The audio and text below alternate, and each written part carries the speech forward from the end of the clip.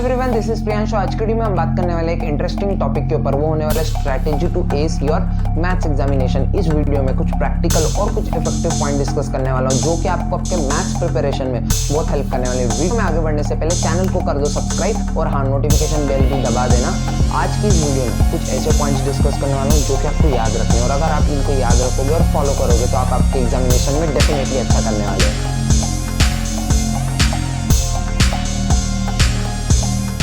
तो गाइज, अब हम आ जाते हैं हमारे फर्स्ट पॉइंट पे। फर्स्ट पॉइंट है सॉल्विंग सॉल्व्ड एग्जांपल्स। ये पॉइंट इस पूरी वीडियो का, आज फर्स्ट पॉइंट ही पूरी वीडियो का सबसे पावरफुल और सबसे इंपॉर्टेंट पॉइंट होने वाला है। क्यों?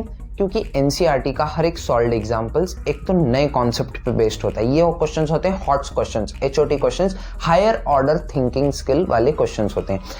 इनमें नए कॉन्सेप्ट्स इन्वॉल्व होते हैं और ये अलग थोड़े हट के क्वेश्चंस होते हैं जो एग्जाम में बहुत बार आते हैं। ठीक है, तो आपको इनको सॉल्व करना है। हर एक एनसीईआरटी का एग्जाम्पल, जो सॉल्व्ड एग्जाम्पल होता है या नॉर्मल एग्जाम्पल, हर एक एग्जाम्पल आपको सॉल्व करना है, क्योंकि रिसेंट ईयर्स में और बहुत बार ये क्वेश्चंस डायरेक्टली उठ के आपके एग्जाम में आ जाते हैं। तो solving the solved examples is most important part.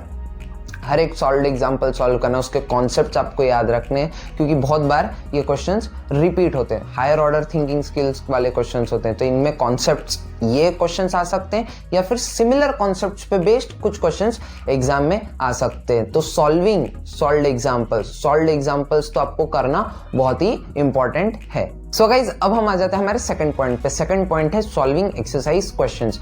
Exercise का, एनसीईआरटी एक्सरसाइज का हर एक क्वेश्चन, एक्सरसाइज 1.2, 1.3, 1.4, हर एक क्वेश्चन आपको हर एक चैप्टर के एक्सरसाइज में से सॉल्व करना है। इससे क्या होगा? आप वेराइटी ऑफ क्वेश्चंस को एक्सपोज करोगे, आपके कॉन्सेप्ट बिल्डिंग अच्छी होगी। जब आप एग्जाम में बैठोगे तो आपको पता चलेगा यार कौन से स्टेप पे कौन सा फॉर्मूला या फिर कौन से कॉन्सेप्ट्स आपको लगाने। इससे आपका बेस जो बिल्ड हो जाएगा, बेस स्ट्रांग हो जाएगा। फिर आप कोई सी भी रेफरेंस बुक लगा सकते हो। रेफरेंस बुक में आप एनसीईआरटी एग्जाम्पलर जरूर लगाना मैथमेटिक्स के लिए, क्योंकि इसमें कुछ ऑब्जेक्टिव क्वेश्चंस होते हैं जो कि आपको टर्म 1 के लिए बहुत हेल्प करेंगे। ये टर्म 1 के लिए आपको बहुत हेल्प करेंगे, क्योंकि अधिकतर यही क्वेश्चंस डायरेक्टली एग्जाम में पूछे जाते हैं। Higher level books such as RS Agarwal, RD Sharma के लिए मत जाना, क्योंकि सैम्पल पेपर में ऐसे क्वेश्चन है जो कि एनसीईआरटी लेवल या फिर एनसीईआरटी एग्जाम्पलर लेवल के ही हैं। तो आप उसी को कंटिन्यू रखना और उसी को सॉल्व करना।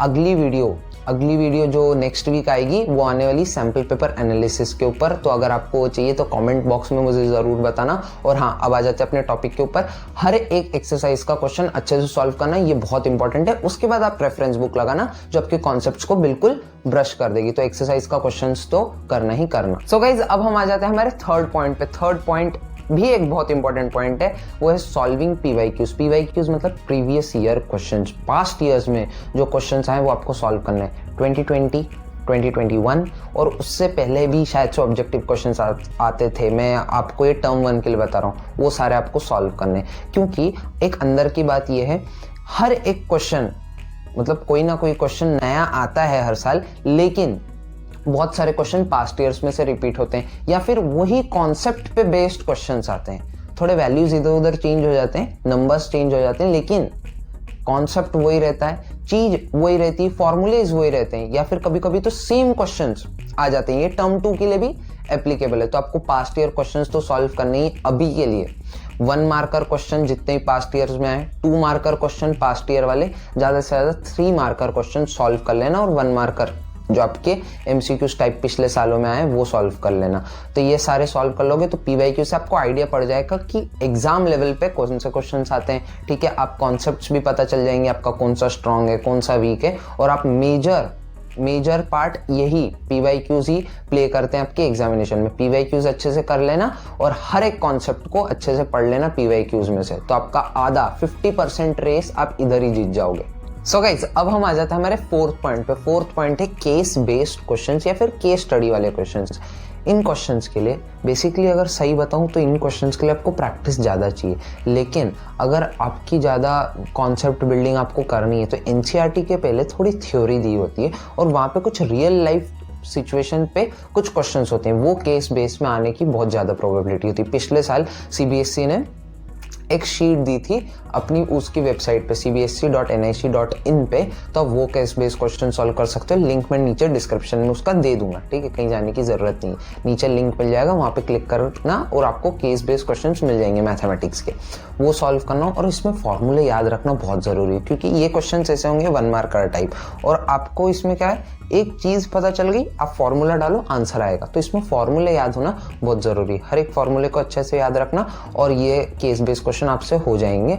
और प्रैक्टिस इसमें ज़्यादा करना, और रियल लाइफ सिचुएशंस वाले जो आपकी एग्जाम्पल्स होते हैं या फिर क्वेश्चंस होते हैं एनसीईआरटी में, उनको सॉल्व करना, ये आपको डेफिनेटली हेल्प करेंगे। सो गाइज, अब हम आ जाते हैं हमारे 5th पॉइंट पे। 5th पॉइंट है फॉर्मूलेस को याद रखना। फॉर्मूलेस जब आपको याद होंगे तभी आप उनको क्वेश्चंस में पुट करोगे और आपको आंसर मिलेगा। आपको बेसिक आइडेंटिटीज सारी आनी चाहिए, बेसिक फॉर्मूलेस सारे आने चाहिए। जैसे आप ऐसा करना, एक शीट बना लेना जिस पर आप चैप्टर वाइज, जो आपके एग्जाम में चैप्टर्स आने वाले हैं उनके चैप्टर वाइज फॉर्मूलेज लिख लेना, और अपनी स्टडी टेबल के सामने या फिर जहाँ पे आप ज़्यादातर जाते हो वहाँ पे लगा लेना। याद करने की कोई ज़रूरत नहीं, आप बार बार उसके सामने से निकलोगे तो आपको अपने आप याद हो जाएंगे। गेट पे लगा लेना, जहाँ पे जिस कमरे में आप सोते हो उसका कोई गेट होगा, उस गेट पे चिपका लेना, आते जाते नजर पड़ेगी, अपने आप सारे फॉर्मूलेज याद हो जाएंगे। फॉर्मूलेज याद होंगे, क्वेश्चंस एकदम अच्छे से सॉल्व हो जाएंगे और कॉन्सेप्ट्स याद होने चाहिए, ठीक है। तो फॉर्मूलेस को तो याद रख लेना, और फॉर्मूला वॉल या फॉर्मूला चार्ट जरूर बना लेना।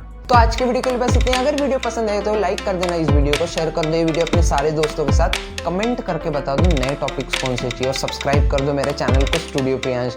सब्सक्राइब जरूर कर देना यार, क्योंकि नए नए वीडियोस ला रहा हूँ हर हफ्ते, अमेजिंग कंटेंट आ रहा है, हर टॉपिक पे वीडियो बना रहा हूँ जो कि आपको डाउट हो सकता है। तो बस सब्सक्राइब कर दो मेरे चैनल को स्टूडियो प्रियांश। चलो बाय।